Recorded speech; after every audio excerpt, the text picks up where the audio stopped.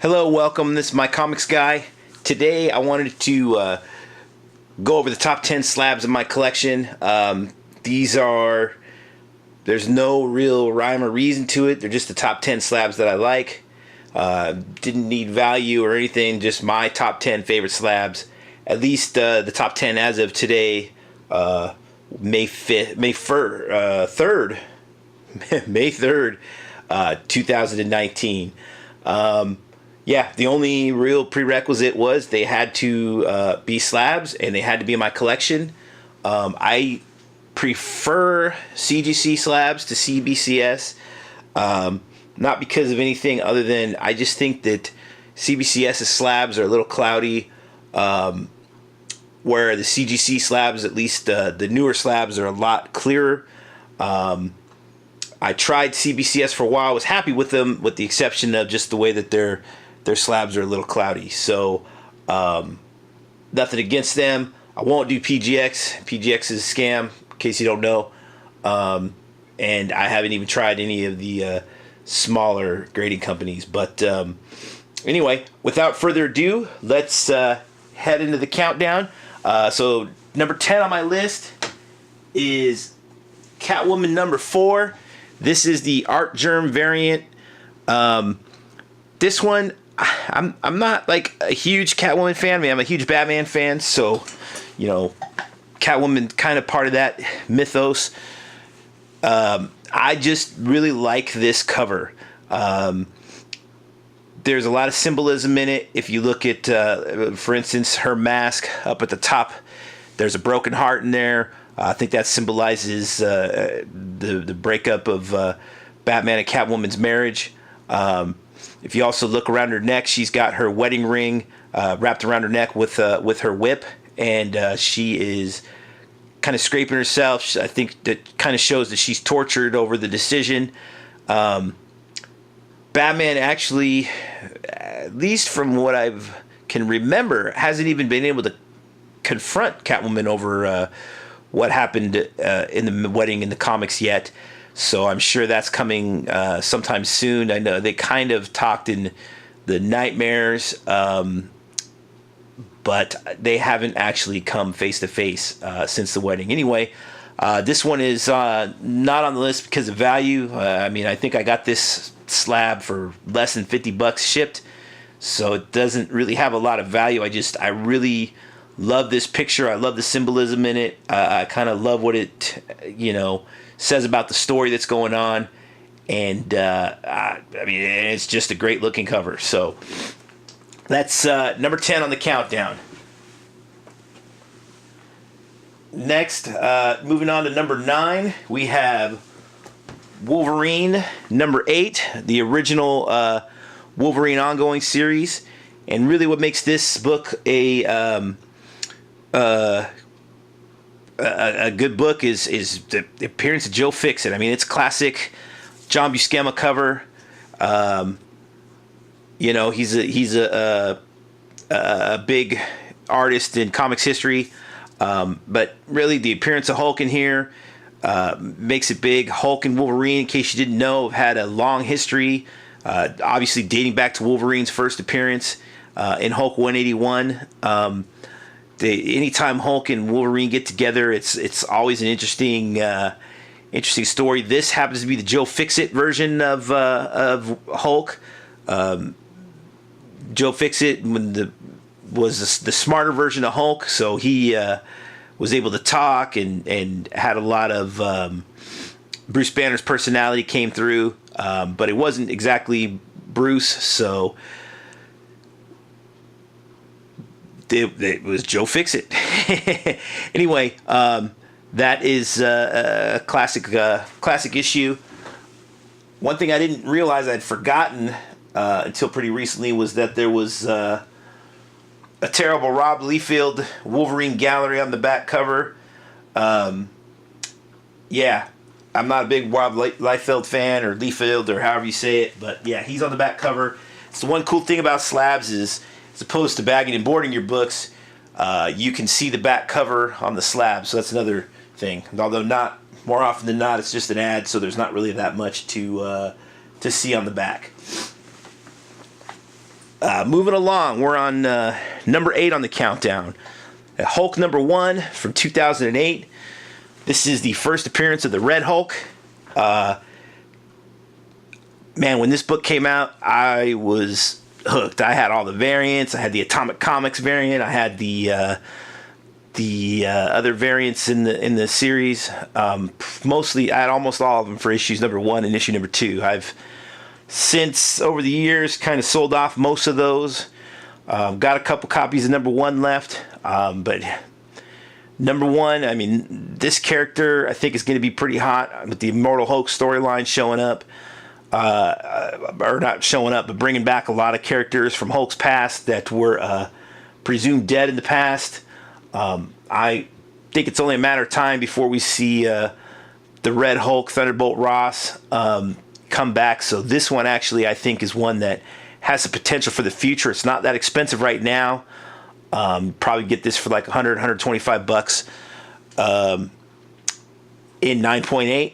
And I think there's a lot more potential to grow, particularly if there's hints that the Hulk's coming back.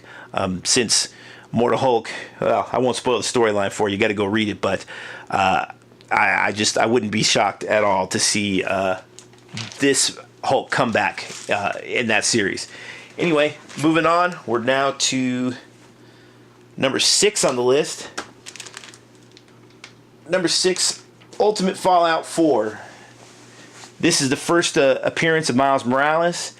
I wasn't huge on Miles Morales until I saw the end of the Spider-Verse movie, and my kids loved it. My kids, I think, actually they know more about Miles Morales than Peter Parker, just to kind of show how different the generations are when it comes to the comic book characters.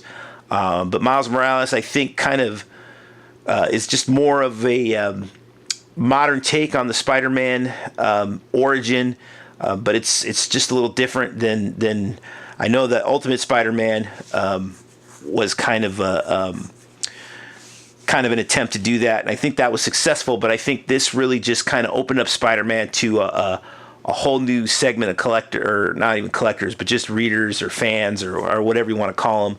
I think Into the Spider-Verse really put him on the map. I know he's made some other appearances in cartoons or whatnot, but I think it's only a matter of time before he makes his appearance in the MCU. Would not be surprised at all if there isn't at least some kind of hint of Miles Morales in the Far From Home movie coming out. But this is a good book to have. I just think this character. Just kind of looking at it now, he's one of the biggest heroes probably to debut in the last 20 years. And I just think that the sky's the limit for this book. This one is a real key. It's kind of low on my list, in comparison to some other stuff. But I think there's room for this book to grow. I think the only reason it's so low on my list is because I've relatively recently become a Miles Morales fan. So anyway, moving on. Speaking of Spider-Man characters, we have Amazing Spider-Man number 361. First issue of Carnage. This is Carnage is the first Venom spawn, I guess you want to say, with the symbiotes. The second symbiote overall. He's obviously not like Spider or Venom at all. He is more of a serial killer. He's really evil, whereas Venom is kind of almost an anti-hero. So, but he's kind of the opposite of Venom. This one I think is going to gain a little popularity. It's already kind of pricey. I don't know how much more room this one has to grow, considering it's a modern book. But with the Carnage storyline that's coming out later this year by Donny Cates, I think it'll be a little more popular. He was teased, obviously, at the end for Venom 2, and if Woody Harrelson does play him in the movie, does play at least Cletus Cassidy in the movie, I think that this book has some more potential. Again, it's a modern book. I don't know how much potential it has. There were a lot of these Spider-Man 361s printed, but it's definitely a key issue. I mean, it's always going to have some value, but we'll see long term how much legs it has. Also, this is Mark Bagley is one of the defining artists on Spider-Man. This is about the time I started collecting, right at the end of McFarlane's ASM run, beginning of Bagley's run. So the look of the character was defined by Bagley, at least for me.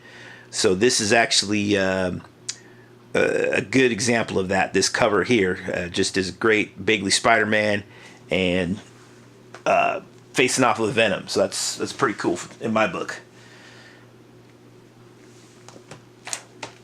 All right, so we have reached the halfway point. We step away from the big two. Well, so far it's just been the big two. Step away from the big two, go to the Valiant universe. Rye number 0. This is the first full appearance of Bloodshot. Eternal Warrior number 4 is Bloodshot's first appearance, but that's just a cameo. He's on the last page. One thing that was great about these old Valiant books was their first appearances of the characters were not something that was announced in the solicits for the books. You just opened a book one day and you were reading it, and hey, there's a new character in there. Bloodshot was quite a surprise. He kind of burst through the door. Eternal Warrior number 4 points a gun at him, and next thing you know, he's showing up in Rye number 0. Which this book is also important because it kind of laid out the groundwork for the future of the Valiant universe after the events of Eternal Warrior number 4 and Unity and stuff. Kind of laid the guidelines for what was to come. So this was not only Rye number 0, but it was kind of the future map of the Valiant number 0, basically. We'll see what goes on with this book. This book's kind of had some ups and downs lately. The new Bloodshot movie's coming out, starring Vin Diesel. Hopefully we get a trailer to it soon. I'm excited for it. I'm actually a pretty big Valiant fan. I have just about every book of their new collection, or their new, I guess, iteration or whatever, since 2012. I'm trying to get a lot of the older back issues. I kind of jumped on these like after Unity, so I don't have all of the pre-Unity books. This actually is a post-Unity book, and I'll have to make another video sometime on pre-Unity and post-Unity Valiant books and just what to look for there. But this is definitely one of the big Valiant books to have. And look at that cover. I mean, how can you not like that cover? Anyway, moving on. Book number 4 on the countdown. The original Wolverine limited series from 1982. Classic Frank Miller cover. Chris Claremont story. This book is always in demand. It's relatively cheap. And I just think... I know Wolverine is coming to the MCU. Whether it's sooner or later, that's to be determined. I'm sure it's going to be sooner. I can't see Marvel just leaving this guy sitting on the shelf when they're able to play with him. He's probably the second most popular Marvel character, if not the most. He's definitely the most popular mutant. Obviously, Spider-Man would be the most popular Marvel character. But I can't see Marvel waiting too long to get this guy into their movies. With Hulk 181, price is kind of getting up there, out of reach for a lot of the average collectors. This book is still attainable, so I see it having some room to grow. I think all Wolverine books and appearances are gonna grow a little bit with once they start getting some heavy casting rumors or even a casting announcement, and once this guy shows up in a trailer or a post-credit scene or something in the MCU, I think people are going to lose their minds. So we'll take a look and see what happens. But I think for right now, this is a good one. If you can get this, pick it up. pick it up in high grade. I don't know if you noticed, all the books that I've been showing are 9.8s. I think that's the best grade if you're going for investment purpose, particularly when you're talking about modern books. 9.8. I mean, it's 9.8 or nothing if you're looking for investment. If you want it just to have it, get what grade you can afford. But if you're an investor in modern books, get 9.8 or nothing.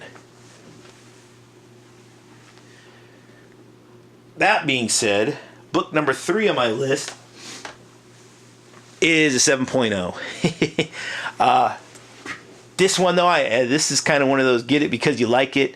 I'm not a huge Signature Series guy. As a matter of fact, this is my only Signature Series book in my collection. But it's Batman. It's Neal Adams.